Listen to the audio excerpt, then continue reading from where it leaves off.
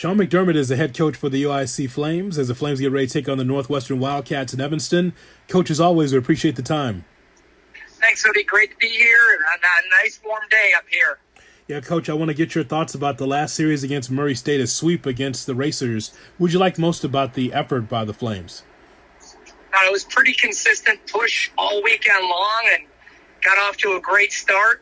Mason Lee taking the ball for us on Friday really established what we were going to be about all weekend, and that was a grind-em-out Friday night game, great baseball game, and then to bounce back on Saturday and really get the offense going, and then to fall behind in Game 3 and show some resilience and get some short game going to stretch out that lead there for the sweep was good for our guys. But a good team win all weekend long. I thought we played good baseball. Coach, have you seen adjustments from your pitching staff from the Indiana State series to the Murray State series? What's the adjustments that you've seen from your entire staff? Yeah, it wasn't so much an adjustment from the pitching. I thought we pitched pretty darn well at Indiana State. The wind was just howling out, and we didn't play good defense behind our pitching. And if we would have played good defense, yeah, we're going to give up some runs in that environment. But I thought we actually pitched pretty well at Indiana State, and we just didn't play very good defense. And that was a point of focus coming out of Terre Haute was we need to play better defense, give our pitchers a chance. And we played great defense this weekend. And I think our pitchers settled in, and they got the ground balls, and we made plays. Coach, one of the things that you have to really look at is the relief for the Flames in that series against Murray State. You have surrendered none on Friday, one on Saturday, one on Sunday. That you have to take solace in the fact that the relief really came to play, really did a great job of bearing down against the Racers hitters. Yeah, it was Mark Eady, Millsap, old Millsap, Mm-hmm. But then you had some freshmen that stepped in there too.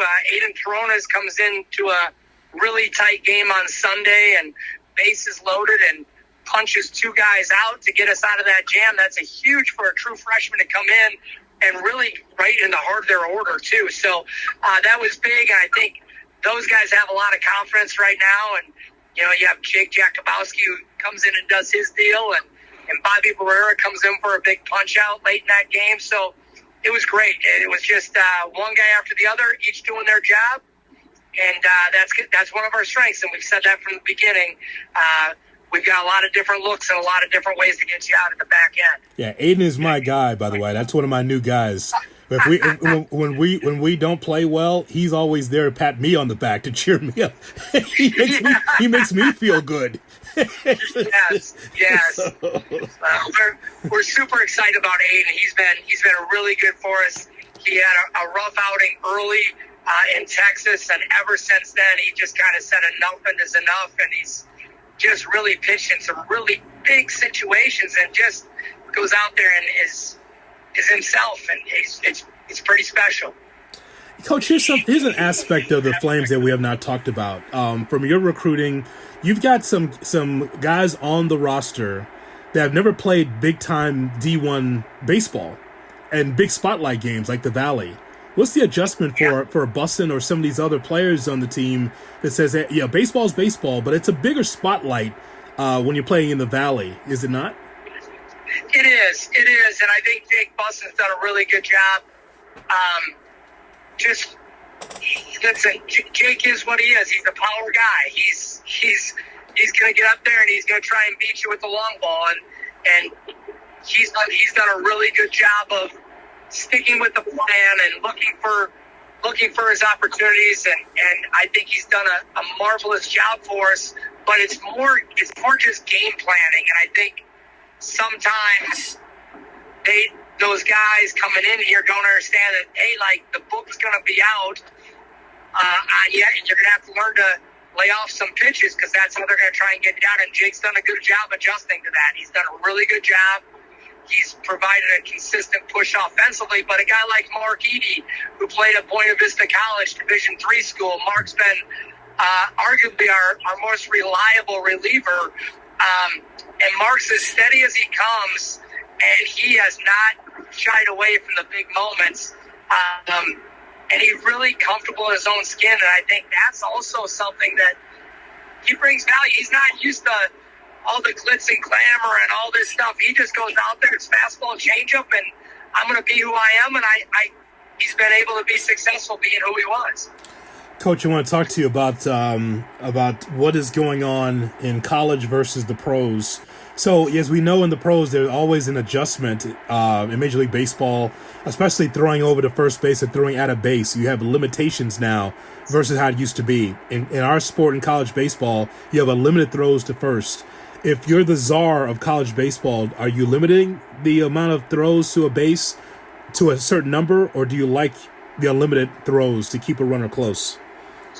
Yeah, I think we got to play baseball. You know, our game, the college game is very, very offensive.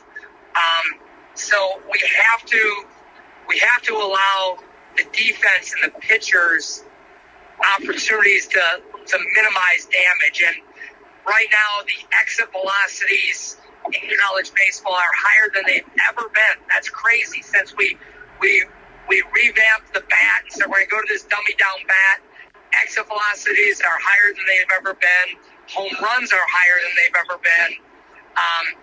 And I just think it's such an offensive game that we have to give the defense an opportunity to somewhat hold one area of that down, you know. So controlling the run game, I think is valuable, particularly when it's just so offensive.